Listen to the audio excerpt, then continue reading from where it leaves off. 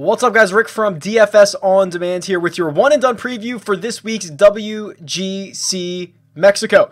Keep in mind, this is not the DFS preview. This is specifically for one and done contest. So if you want to get my idea about thoughts on more golfers and kind of a different strategy, you can go watch the DFS video listed above. But for this, we are talking one and done picks. So let's jump into it for this week. I think the biggest thing to realize for this week is how good this field and this prize pool is. So this is a $10.5 million prize pool, which is the sixth largest prize pool of the year. So when you're talking outside of the majors, the players, it's the WGCs. That's where you're going to get the most money. And historically, who has won these events has been the studs. Very straightforward. I don't think I've ever showed a Wikipedia page on this YouTube channel before, but here's where we are. You're looking at, the winners of the WGCs, and just look at the last 5 years of these. And this even includes the match play, which the match play is much more volatile than a real tournament here. So here are the winners.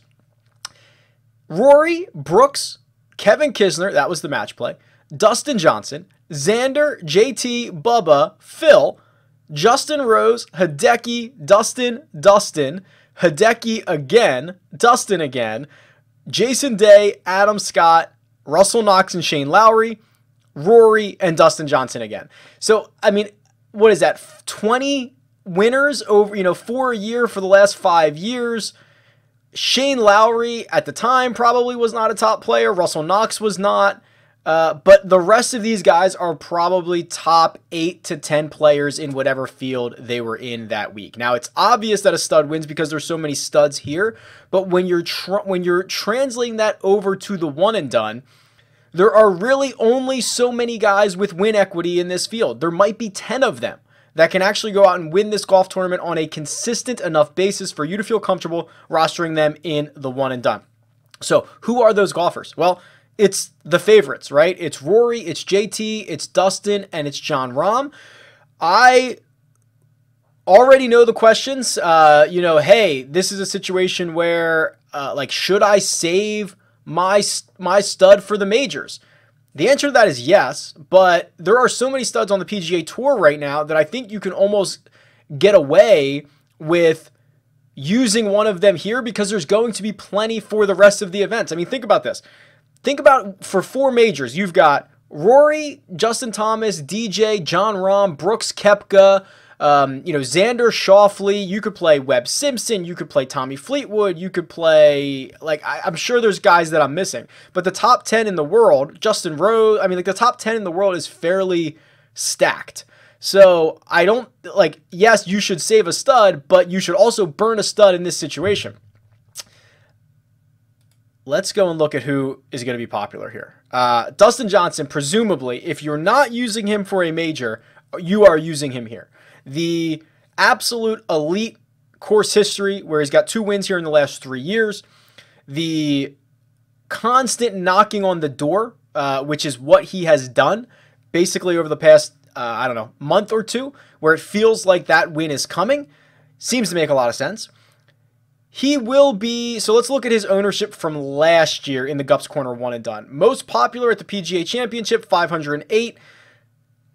Second most popular at the US Open, 442, 338 at the Masters. So those are your three, what am I thinking of? Majors, excuse me. Then you get this event. So Genesis, he was popular. He was popular at Pebble Beach, obviously. So if you didn't, so 147 at WGC Mexico, 117 at FedEx St. Jude. I would argue you should probably use him here or in Memphis at the St. Jude.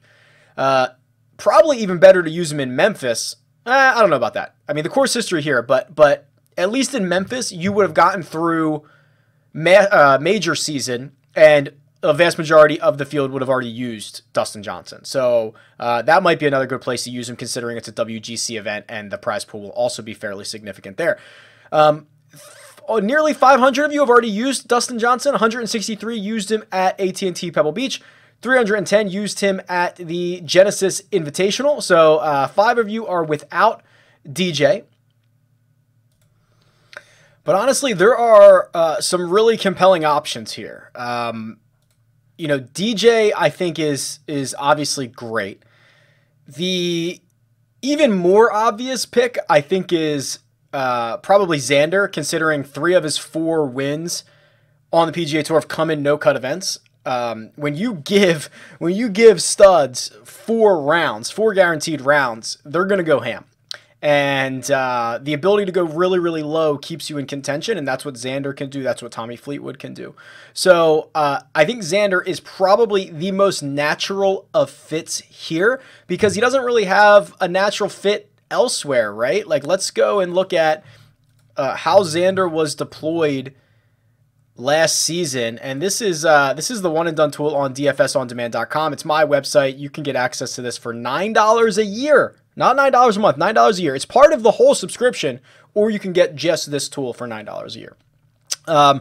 What's the natural fit for Xander? Very popular here. In fact, I think he was the most popular owned pick last year, 359 times at WGC Mexico, 273 at the Players, 280 at the other WGC at the end of the year, the FedEx St. Jude. So, I mean, it just seems pretty logical to play him at one of these WGCs. And no reason not to play him this week. He struck the ball very well at Genesis, putted like a dummy, but that's not really Xander's game. He keeps you in play for all 4 rounds here, so I think he's the most natural fit. I wouldn't probably go any lower than Bryson is what I was trying to say. I think Bryson has legit winning upside. If you've watched any other videos from me this week, you know I enjoy him as a play this week, but I'm probably not going any lower than that. Someone like a JT, I don't like following up the missed cut with using him, especially when you can save him for a major.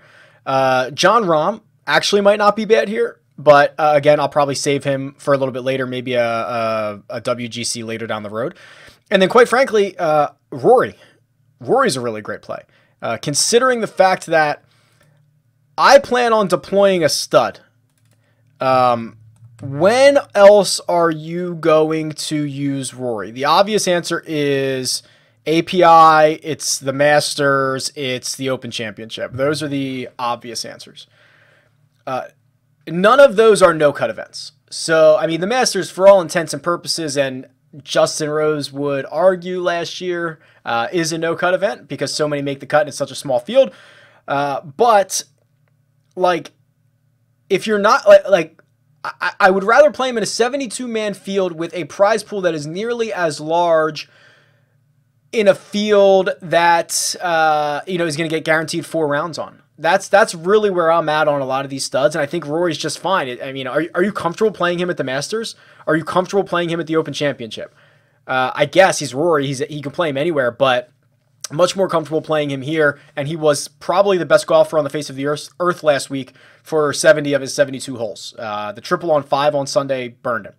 So I am really focusing on Rory. I'm really focusing on DJ, and I'm really focusing, if I want to be a little bit deeper, like someone like a Bryson probably goes under owned, and then Xander, like if I was front running, Xander would probably be my pick here because I think he's going to be popular again. I think this is his most natural of fits, and he is just as likely to win as a lot of these other guys. So that is where I'm focusing a lot of my attention for this week. I'm interested to hear where you're going. Tweet me. It is at RickRunGood, or leave a comment below. Good luck this week.